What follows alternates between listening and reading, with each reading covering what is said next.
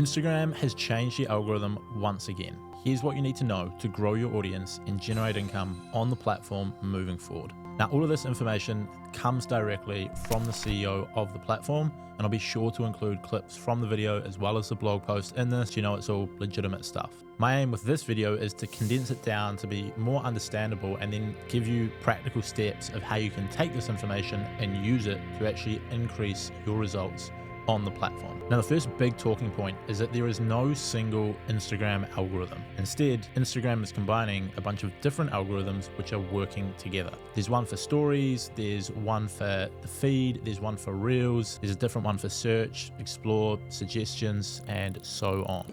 And all of these algorithms work slightly differently depending on what the goal of that feature is going to be and what types of content people prefer on different parts of the platform. And so if your strategy is focused on growing with Reels, the way you approach the algorithm should be different to someone who might be a YouTuber, for example, who uses YouTube to grow their audience on Instagram and doesn't really post Reels, but instead might be using their stories to nurture their audience and then generate leads and sales from it. So you want to make sure that you're using the features the right way, and then you can get the best results. For example, stories are heavily ranked based on your connection to the account posting it. If you talk to your best friend all day in the DMs and they post a boring story of their dinner, Instagram will rank it #1 in your stories tab because of the connection that you have with that person. However, if they posted a reel of their dinner and it was terrible, you probably wouldn't see it come up in your reels, because instead Instagram is going to look at what content you enjoy the most and is going to be the most stimulating, and therefore they will show it to you even if you have zero connection to the account posting it. This is because, like we've touched on, people go to different areas of Instagram for different reasons, and therefore they have to rank content differently depending on where it is. With that in mind, now let's dive into how each different algorithm on the platform works and how you can make the most of it. So we'll start off with stories. As stated above, the most important thing here is your history with the user. How do you react to previous stories of theirs? How often do you message this person? How often do you engage with their feed content? Last time this person posted a story and it popped up on your feed, did you tap on it or did you not? Did you reply to them? Did you like it or did you react with an emoji? Maybe even how often you stalk their profile is going to come into all of these different indicators, which then give Instagram a good understanding of who you enjoy watching stories from the most. Hence why your best friend and the girl you have a crush on are probably going to show up at the front, even if their stories were posted 23 hours ago and aren't recent and are about to expire. Now, the most important factors that they look at when ranking stories are, firstly, your history of interacting with someone's story. Second, your history of interacting with the account in general. And then third, they make an estimate based on a bunch of other factors about how close you are with this person or brand. Now, the whole goal for stories is for Instagram to connect you with people you care about and show what's going on in their lives. Hence why it's less about the content and more about the account. However, the content is still obviously going to be important, because if you create content on your stories that people engage with, that people reply, that people react to, then that's going to send a bunch of positive indicators to Instagram about how much people enjoy your content. And so when you post a new story and Instagram can see a history of the last 10 being really engaging and interesting, chances are they are going to recommend that to that person and you will get more views. So if you want to increase your story views, let's reverse engineer the information that they've just given us. Number one, like I just said, post interesting stories that generate replies, interactions, and likes. And then the second part is pretty much do step one consistently over time, because this is going to build a history of good interactions with your story, and the algorithm then begins to trust your content. Now, moving on to the feed.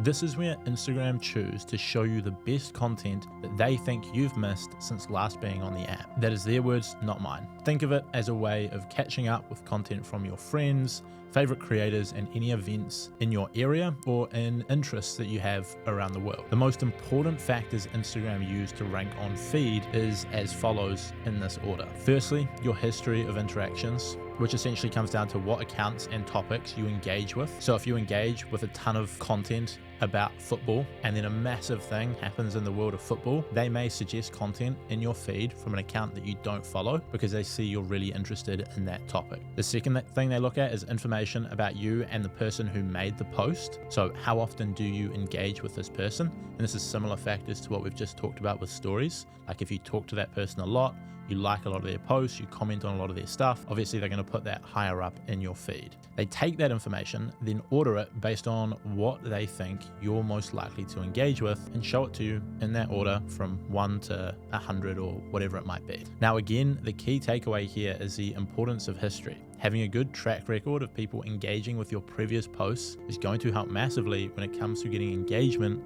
on future content. This is why you often want to avoid posting too many ads in your feed or boring content in your feed. And this is why I often suggest, if you can't maintain high quality stuff, post slightly less often so you can give it more time and attention to create better stuff. 7 high quality posts a week are obviously going to be better than 5 high quality posts a week, but 5 really good posts are going to be better than 7 average ones. You also want to factor in other things like the time of day that you're posting, because if you post when more people are online, that's going to lead to more engagement, which is going to give you more positive signs and means your future content will react better.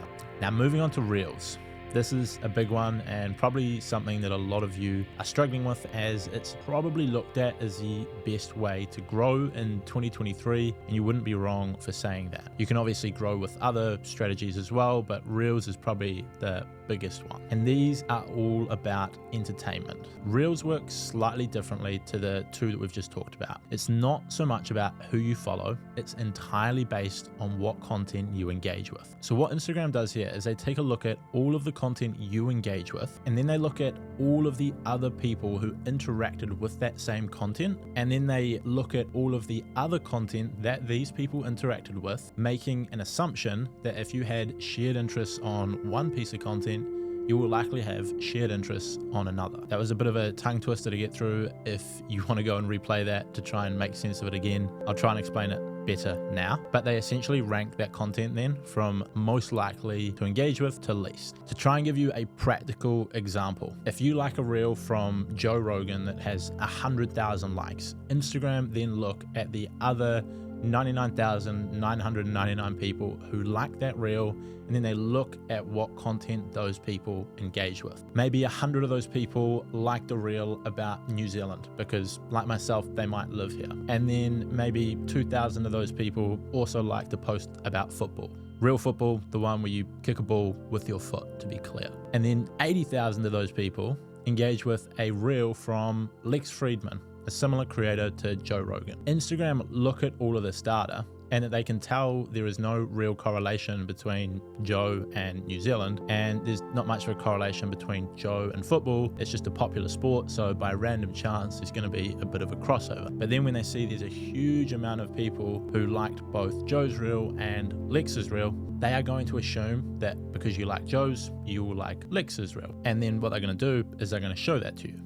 Now, obviously that's a simplified version, but as you like more reels, it gives them a lot more data points, and they can come up with better predictions about what you like, which is why reels can become so addicting, because they have all of this information and can figure out exactly what you do and don't like from millions of data points, because the numbers stack up pretty quickly. If you like 50 different reels, and then Instagram are looking at the 10 million people who also liked one of those 50 reels, and then they look at all of the content that those 10 million people engage with, it pretty quickly goes out to hundreds of millions of data points that they're looking at to assess whether you will or will not like content. That's why it becomes so targeted. And that's why TikTok and reels and shorts become so addicting. Now, the main signals that they're looking at here are, firstly, what reels you've engaged with in the past. Secondly, any information about your interaction with the person you posted, if you have interacted with them. Now, this one's less important than the first, obviously, hence why it's ranked second. But if you have a previous history with the account who posted, then that's going to rank higher than one who doesn't. Now, I'm going to get into some practical steps after the next couple explanations because they are relatively similar. So we'll jump on to looking at how the Explore feed works, which is actually very similar to the Reels feed. Now, the Explore feed opens as a page full of content rather than just one reel on the screen taking up the whole screen. And the second main difference is that it has every format of content, not just Reels. So it includes single image posts, stories, and carousels as well. For those stories you won't see often. Now, the way this works is reasonably similar. They look at what content you engage with, as well as what other content people who also engaged with that post are looking at.